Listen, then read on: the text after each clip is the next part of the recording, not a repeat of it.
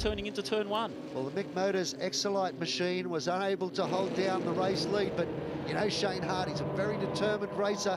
The young Queenslander showed a great deal of talent. Speaking of talent, we had a massive crash in race 1 yesterday. We mentioned that Ian Shivers is not out there for this race. The car very heavily damaged. Let's take a look at a replay of what transpired in race 1 on the card, which incidentally was finished under red flag conditions. Just a touch of the wheels in an open wheeler racing. Somebody is going over. That is a massive rollover. Watch up in the distance. It's still going 4, 5, 6 times. That is huge in open wheeler terms. Right, that's the cameras on board David Frith from Victoria. What we saw there was Drew Beecham making a move down the inside of Ian Shivers through turn 1 at around 170, 175 kilometres an hour. They just touched wheels and Ian nearly went over the fence 100 metres away. Well, that's why this category is so unique, because in open wheeler racing, it's not like racing a sedan. You can't lean against each other. If you touch wheels, somebody's going skywards. That was a classic example of that as the battle for the race leader still on, and Shane Hart has gone back 1 lap later to overtake the man who did exactly the same to him a lap ago, Ryan Simpson. So those two have swapped positions, but what about this dice for third? That's right. Look, they're all the New South Wales cars. Guy Lingard, Matthew Pearce and Steve Butcher. And just behind Adam Proctor, he's just made up one spot. He hasn't been doing so well.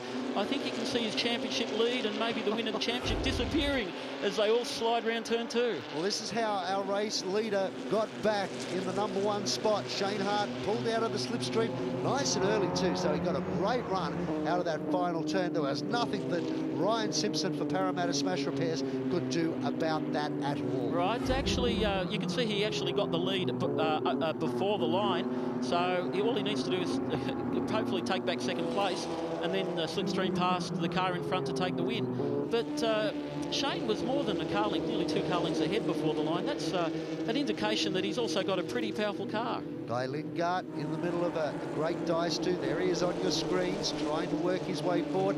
You have to ask yourself if that overtaking manoeuvre and the point that you made, that he was actually in front by the start-finish line, may be a dress rehearsal for later on in this race, i.e. when the checkered flag's about to drop. Oh, look, Shane's a very smart driver. He no doubt would be experimenting out in the track. Yellow flag out. We've got one of the cars off. Oh, look, on the restart, cars far too close together. They're not used to restarts in Formula V, and we just saw a bit of acrobatics going on, and the distance going into the pits. Those sort of things shouldn't happen. Maybe we need a little bit more experience in Formula V near the back of the grid. Well, this is where you get the experience, isn't it? In the junior ranks of open wheeler racing here in this country, and as we've said, Formula V has been a good staging ground for many a year. Adam Proctor under a bit of pressure at the moment. Huge lock up there from the 87 machine of Tim Hamilton. Well, that's cost him a bit of time. Oh, Tim, you have to break a bit earlier than that. Although, to give him some credit, he's a bit of a rookie Queenslander, and he's bought a very good car. That's the Bruce Colby Jacer from last year, and Bruce did extremely well getting into the top 10 in the New South Wales Championship. Well, the battle continuing up at the front of the field. Ryan Simpson trying to find his way forward into second spot. That's allowing Shane Hart, our race leader, just to pull away a little bit. Adam Proctor holds down second, and these two were battling out the series at the end of the first round at Phillip Island, but at the moment Shane Hart has the punching order, so to speak, over Adam Proctor, and if they finish in this order, he will lead the series with 1 race to go. That's right. Adam's actually done quite well. He's passed a few cars as they turn into turn 9. Ryan Simpson, he seems to be driving with a bit more confidence now. He knows Eastern Creek very well. So, look, Shane Hart, he's holding that gap back to Adam. I think he's driving with a lot of confidence. I think he's just cruising around, to be honest. Oh, Shane Hart just having a slight moment as he comes up onto the start-finish straight. Not much longer to go. The checkered flag is at the ready, and mickmotors.com.au Excelite machine is going to take the victory. Who's going to finish second? Shane Hart will cross the line and take the win.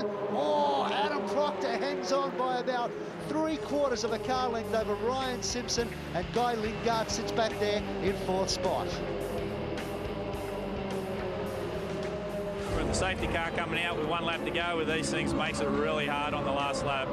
About lap 3 or 4 the car come on, and we started coming through the pack and went up to 3rd and started pegging back the front guys, and the safety car come out, which was a good thing because it got me right on the back of him, and was able to get past Ryan on the restart, which was the last lap, and just didn't have enough poke out of the corners to get on the back of Shane. But yeah, so we just ran second, and we'll see how we go the last one. So unfortunately for the safety car, I sort of got pushed back to third there in the end, but I was lining Shane up before the safety car to tow him on the last lap, but it wasn't to be.